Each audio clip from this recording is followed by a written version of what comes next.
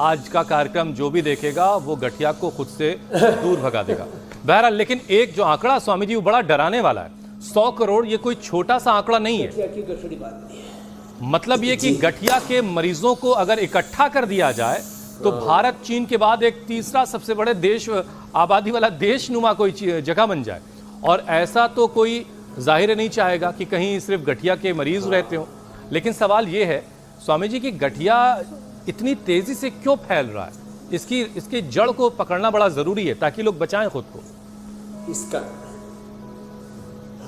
जड़ से उखाड़ना है, तो इसको खदेड़ देना, भगा देना, हटा देना, मिटा देना। जिन कारणों से गठिया हो रहा है उनका निवारण करना। तो गठिया का एक कारण कोरोना, और कोरोना के बाद जो हैवी एंटीबायोटिक्स स्टीरॉइड लिए गए, उसके बाद जो वैक्सीनेशन हुआ, फिर उसके भी डबल डोज, फिर बूस्टर डोज, इस सब से आर्थराइटिस, गठिया, fibromyalgia, CRP, NA, AVN, HLB27 और इसी से मिलते जुलते हैं ये SLE, MS, MND और पार्किंसन भी ये वात रोगों की श्रेणी में आता है। इसमें दर्द नहीं होता, लेकिन ये ब्रेन से लेकर के हमारी जो स्नायु तंत्र है, नाड़ी तंत्र है, उसमें कमजोरी आता है, उसके कारण से होता है। तो खैर ये सूक्ष्म व्यायाम तो करना ही है।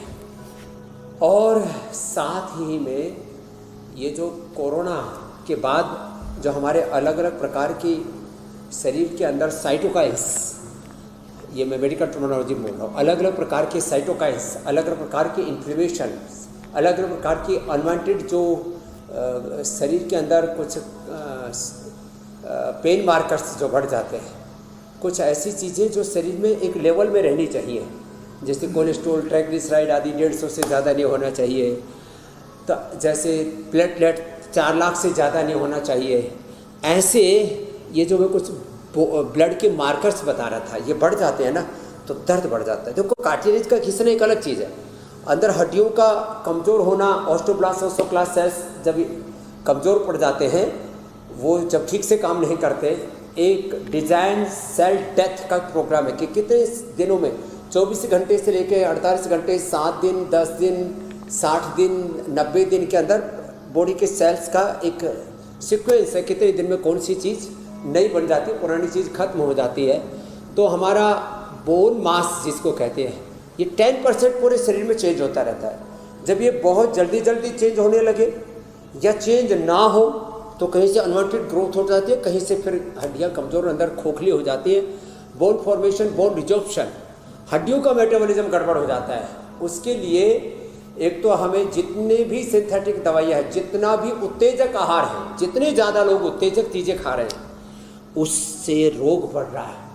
इसी के लिए ये महर्षि आप पीछे देख रहे हो, धन्वंतरी अमृत कलश लेकर के खड़े हुए, आज हम पतंजलि योगपीठ में कार्यक्रम कर रहे हैं।